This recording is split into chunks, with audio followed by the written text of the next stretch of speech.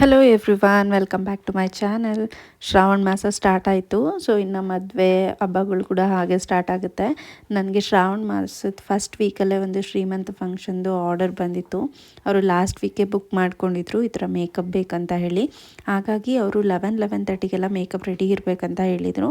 ಅದಕ್ಕೋಸ್ಕರ ನಾನು ಮಾರ್ನಿಂಗೇ ಬೇಗನೆ ಮನೆಯಿಂದ ಹೊರಟಿ ನಾನು ಕ್ಲೈಂಟ್ ಲೊಕೇಶನ್ ರೀಚ್ ಆದಮೇಲೆ ಅವರು ಏನೋ ಪೂಜೆ ಇದೆ ಅಂತ ಹೇಳಿ ಪೂಜೆ ಮುಗಿಸ್ಕೊಂಡು ಬಂದರು.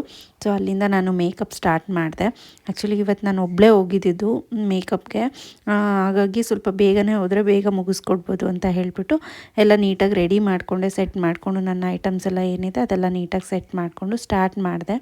ಅವ್ರಿಗೆ ಕೇಳಿದ್ದೆ ನನಗೆ ಬಿಫೋರ್ 1 ಡೇನೇ ಸ್ಯಾರಿ ಕೊಡಿ, ನಾನು ಪ್ರೀಪ್ಲೇಟ್ ಮಾಡಿಕೊಡ್ತೀನಿ ಅಂತ. ಬಟ್ ಅವರು ಇಲ್ಲ, ಪೂಜೆಗೆ ಇಟ್ಟಿರ್ತೀವಿ, ಸೊ ನೀವು ಇಲ್ಲೇ ಬಂದು ಡ್ರೇಪ್ ಮಾಡಿ ಅಂತ ಹೇಳಿದರು. ಅದಕ್ಕೋಸ್ಕರ ನಾನು ಬೇಗ ಹೋಗಿ ಅಲ್ಲೇ ಸ್ಯಾರಿ ಡ್ರೇಪ್ ಮಾಡಿ ಮತ್ತು ಹೇರ್ ಸ್ಟೈಲ್ ಮಾಡಿ ಜೊತೆಗೆ ಮೇಕಪ್ ಕೂಡ ಸ್ಟಾರ್ಟ್ ಮಾಡಿಕೊಂಡೆ.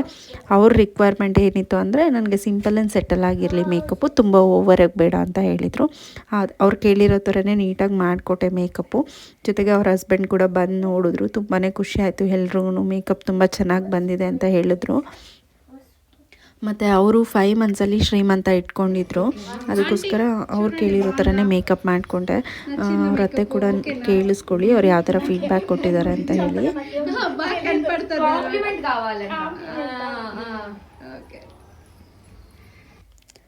ಸೊ ಎಲ್ರಿಗೂ ತುಂಬಾ ಇಷ್ಟ ಆಯಿತು. ನಾನು ಒಬ್ಬಳೇ ಹೋಗಿದ್ದರಿಂದ ನೀಟಾಗಿ ವೀಡಿಯೋಸ್ ಮಾಡ್ಕೊಳ್ಳೋಕ್ಕಾಗಲಿಲ್ಲ.